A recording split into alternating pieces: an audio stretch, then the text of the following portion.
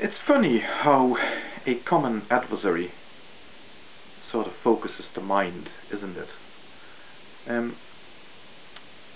Whereas Christians and Muslims and Jews are quite happy to murder each other under some circumstances,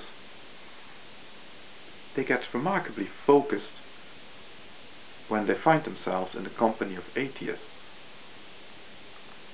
It is not uncommon, for example, to see in a debate where people of multiple religions find themselves confronted with an atheist to suddenly realize that they all believe in the same God, for example, and that they therefore do have this thing in common, as opposed to the evil atheist on the other side of the equation, who is the rank outsider here, who can never be reconciled. It sounds like a persuasive argument, certainly for those people who try to rescue their religion in a debate like that against the logic of an atheist who says, well, none of your gods appear very plausible. They're all different. You can't all be right, but you can all be wrong.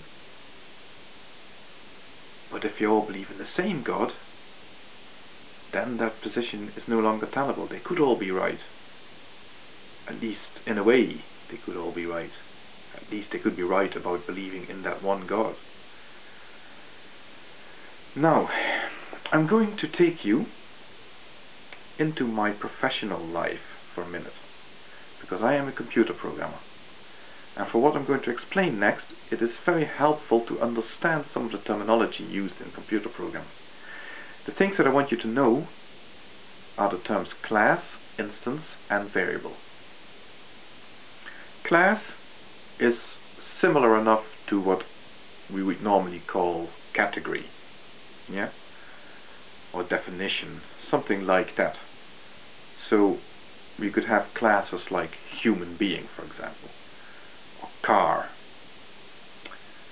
And once you state that an object is of a certain class, then you have an expectation of what you can do with that object, what sort of properties it has, and so on and so forth.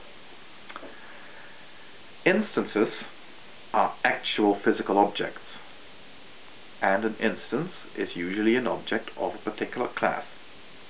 So what you're looking at here, for example, is an object of class human being, an instance of one of these classes. The instance here is me, of course. I am a human being, so I am an instance of that class. The most interesting part comes when we're talking about variables, because variables are pointers. They refer to an instance. They are a little label that you can use to distinguish instances from each other. So you can have human beings, say you have three people, so there are three instances of the class human being, and you distinguish them by calling them Tom, Dick, and Harry. So you've got three labels, Tom, Dick, and Harry. And they refer to three separate instances. Does that therefore mean that every time you use a variable, every time you use a label, you're looking at a new instance of the class? No, this is where it gets funny. This is where it gets interesting. No, it doesn't, because different people, you can have different labels for the same instance. It's easy enough to understand. If you say, for example, Juan Carlos, that is a variable that points at a human being. But you can use another variable. You can use the variable the King of Spain, and that points at an instance of human being. And coincidentally, they both, Juan Carlos and the King of Spain, happen to point at the same human being. They point at the same instance of the class human being.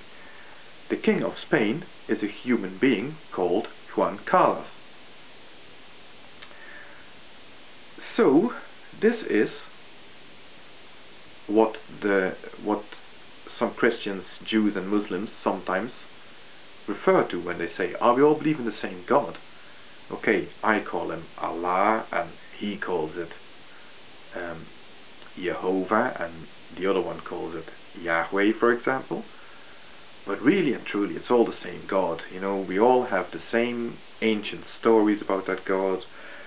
They've all dealt with somebody called Abraham, for example, or Ibrahim as the Muslims call him. But it's all the same God. Well, let's look at this again. Let's look at Tom, Dick and Harry, for example. How do we know that Tom, Dick and Harry refer to three different instances of the class human being and not to three aliases of the same person? How do you know that? The way to know that is by interrogating the properties. For example, you say Tom dot hair color, and you get the answer brown. Dick dot hair color, and you get blonde. The moment you get that discrepancy between the value of a property between two variables, you know for a fact that they cannot be pointing at the same instant. And that is what I'm going to use now to look at Jehovah, Allah, and Yahweh, where I'm using Jehovah for the Christian God and Yahweh for the Jewish God, even though Yahweh is used by many Christians as well, but let's just use that distinction for this discussion. So, for example, Yahweh dot has had a Messiah. The property has the value no. Jehovah dot has had a Messiah.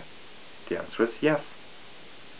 Allah dot number of sons has the value 0. Jehovah dot number of sons has the value of 1.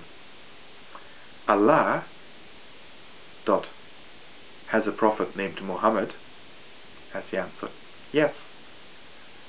Yahweh dot has had a prophet named Muhammad, answer equals no, according to each of these people's different religions.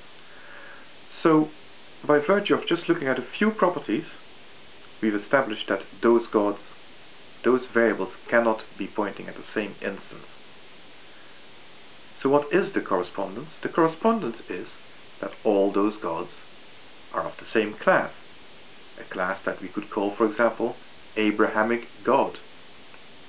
Fair enough, they're of the same class. But there are still different instances of that class. So, the argument just doesn't hold. You don't all believe in the same God. You believe in different gods. And if you all want to believe that your God is the one and only God, then all the others have to be false. And you might want to ask yourself how you can be so sure that you are right. Thank you.